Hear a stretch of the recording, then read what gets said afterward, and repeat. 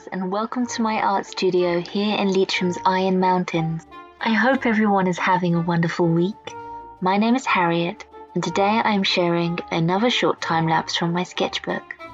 This drawing is one of the prompts for this year's Drawlloween. Approaching Halloween, there are many art challenges on social media for artists to flex their skills before the Celtic New Year at Samhain.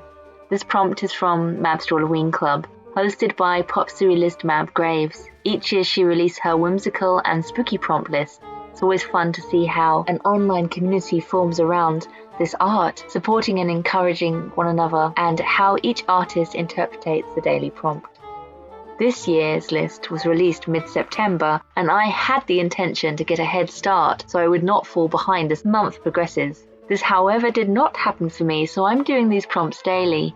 And it is curious that potentially thousands of artists are all pondering this theme on this day. That's some unique alchemy right there, and today the communal consciousness is focused towards the hunter of the night, the bat.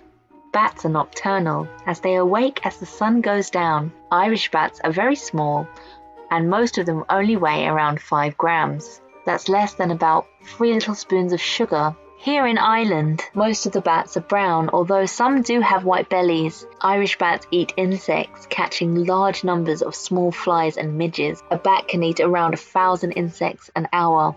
I see them up on the mountain, especially during the summer, and midges, if you're not native to the island, they are these little tiny biting flies that swarm. I wouldn't imagine what it would be like when the midges are out if there were no bats to bring that population down, because they're very itchy. It's making me itch just speaking about it.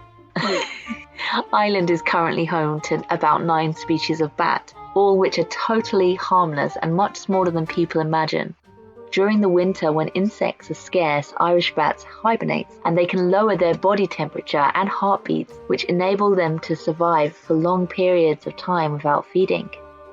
Bats are mammals, meaning that they are warm-blooded, have hair or fur, and they feed their babies milk. They are the only mammals capable of true flight, and in Ireland, as throughout the rest of the world, they account for almost a quarter of all mammal species. They are a fascinating group of animals, but much misunderstood. I'm sure you've heard that old adage, blind as a bat.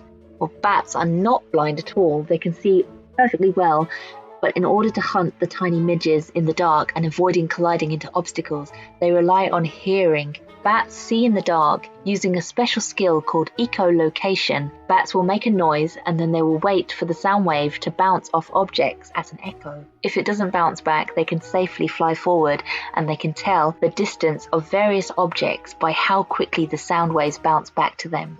Bats' wings are different from birds' wings. If a bird's wing is like an arm, then a bat's wing is like a hand, and the tiny bones that go down these leathery wings are like the fingers. I, however, did not think of that when I was drawing this piece.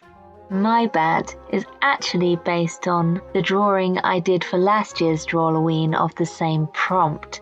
I thought my character from last year was so adorable, I wanted to revisit him and draw him in a new pose.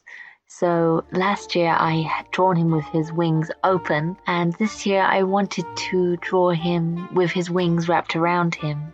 I'm working predominantly today with Faber-Castell colouring pencils and Drawlloween expression colour colouring pencils. I'm working on a mid-tone sketchbook. I enjoy the tan-coloured pages because of the tonal values I can achieve that wouldn't be present on white paper alone. We're coming to the end of my time-lapse, so if you've made it this far, thank you so much for watching, and I hope to see you all again soon. Bye-bye.